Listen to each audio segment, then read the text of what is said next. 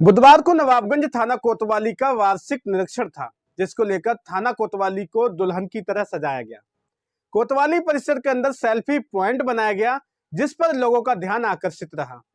वार्षिक निरीक्षण के दौरान कोतवाली पहुंचे पुलिस अधीक्षक उत्तरी मुकेश चंद्र मिश्रा का नगर चेयरपर्सन के पति नीरेंद्र सिंह राठौर के साथ उनके सभी सभासदों ने भव्य स्वागत किया। वहीं इस दौरान भाजपा नेत्री व पूर्व जिला पंचायत सदस्य नीरू सिंह सागर व नगर के कई सम्मानित लोगों ने एसपी ग्रामीण का स्वागत करते हुए सीओ हर्ष मोदी व कोतवाल राजकुमार शर्मा की काफी सराहना की।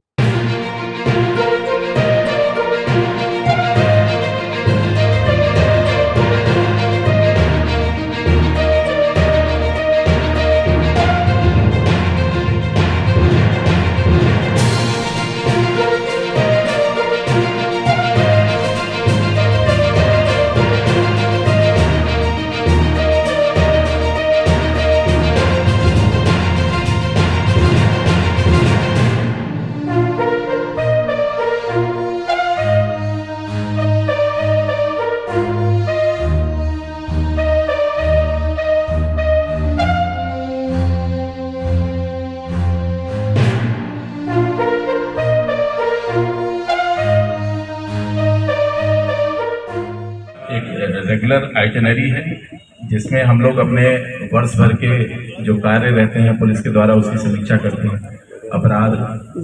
अपराधियों के विरुद्ध त्वरित कार्रवाई, निरोधात्मक कार्रवाई, थाने में कराए गए साज सज्जा निर्माण कार्यों की समीक्षा, जन शिकायतों का समीक्षा और समस्त स्टाफ के क्रियाकलापों का एक तरह से अर्दली रूप हो जाता है। तो ये सब कार्य है। इसी में एक आइटनरी ये भी रहती है कि आम जनमानस से इंटरेक्शन, तो उसी बिंदु के तहत आप लोगों को यहाँ इंस्पेक्टर साहब ने आमंत्रित किया है। तो आपका समय पहले ही बहुत ज़्यादा लग चुका है, क्योंकि मैं विलम्ब हुआ। मुझे एनडीपीएस के मालों के निस्तारण में जाना था, जहाँ 3-4 घंटे ज़्यादा लगते हैं। तो मैं विलम्ब से आने के लिए क्षमा प्रार्थी हूँ। अब मैं सिर्फ संक्षेप में ये जानना चाहूँगा आप कि हमारे थाना क्षेत्र से संबंधित कोई ऐसी समस्या से अगर आप परिचय कराना चाहते हैं मेरा, जिसमें मेरे स्तर से हस्तक्षेप करने की जरूरत है, तो कृपया आपको मैं माइक देता हूँ, आप मुझे नोट करा दीजिए। अब मेरा जरा डायरी ले आना, डायरी और ये विषय नहीं है नवाबगंज नगर के अंदर या नवाबगंज कोतवाली क्षेत्र के अंतर्गत किसी प्रकार की कोई शिकायत हो, वो ज्यादातर चीजों को हैंडल कर लेते हैं और ज्यादातर लोगों को संतुष्ट करके ही भेजते हैं। रहा सवाल सुझाव का, तो यहाँ की जो व्यवस्था है वो काफी, आप पूर्व में भी कई बार नवाबगंज थाने आ चुके हैं,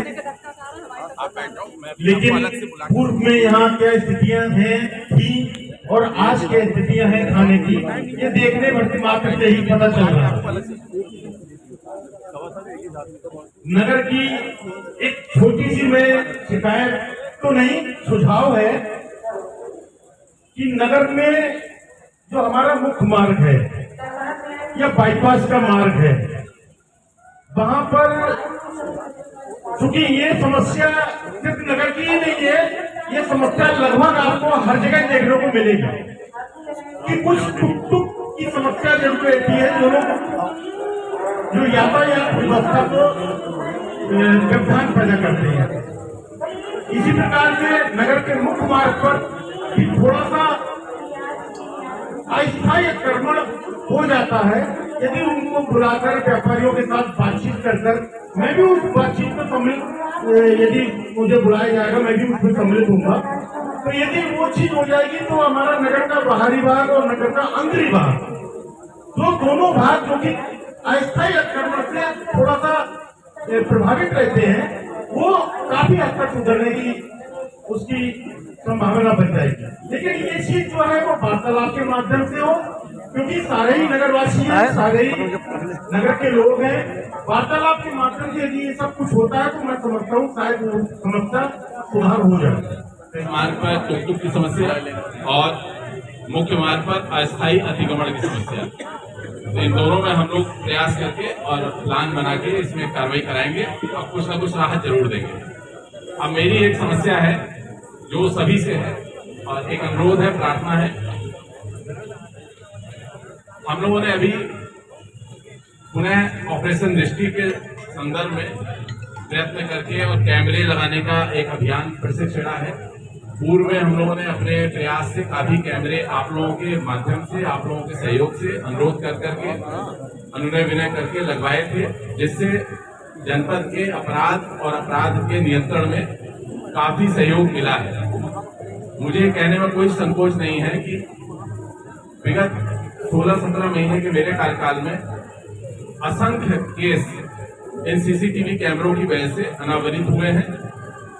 तो मैं इस मंच के माध्यम से फिर आप सबसे अनुरोध करूंगा और यहाँ अपने सहयोगी इंस्पेक्टर साहब और चौकी प्रभारी और सभी हल्का प्रभारियों से मैं अनुरोध करूंगा, निर्देश दूंगा इनको कि ये प्रयास करके और हर मोहल्ला, हर गांव, हर नगर पंचायत में भ्रमण करके वहां देखें कौन समर्थ है, कौन सामर्थ्यवान है, और फुट पेट्रोलिंग करते समय उनसे अनुरोध करके उनके घरों में सीसीटीवी कैमरा लगाने के लिए उनको प्रेरित करें और उनको तकनीकी ज्ञान उनको प्रदान करें कि कितना सहज है और कितना जरूरी है ये उनके लिए, उनको अवेयर करें और ये अभियान ज्यादा से ज्यादा अपना प्रयास करके सफल बनाएं। जो कैमरे पूर्व से लगे हुए हैं और अक्रियाशील हो गए हैं, उन कैमरों को चेक करें, रिक्वेस्ट करके जाके देखें मॉनिटर पे, और अक्रियाशील है तो उनको प्रयास करके क्रियाशील कराएं। जिनकी डीवीआर क्षतिग्रस्त है या डीवीआर में पर्याप्त बैकअप नहीं है, कम से कम 15 दिन का बैकअप उन लोगों से अनुरोध करके और कराएं, और उनको ये किसी तरह एहसास दिलाएं कि ये उनकी सुरक्षा के लिए बहुत जरूरी है। और अगर एक कैमरा एक मोहल्ले के मुहाने पे, निकलने वाले रास्ते पे या आगमन वाले रास्ते पे लग जाता है तो पूरा मोहल्ला आप समझ लीजिए सेफ है। बहुत सारी घटनाएं हमने देखी हैं, एक सीसीटीवी की एक फुटेज मिलने के बाद वो दुरूह लगने वाली घटना हमारी बहुत सहजता से वर्कआउट हो जाती है।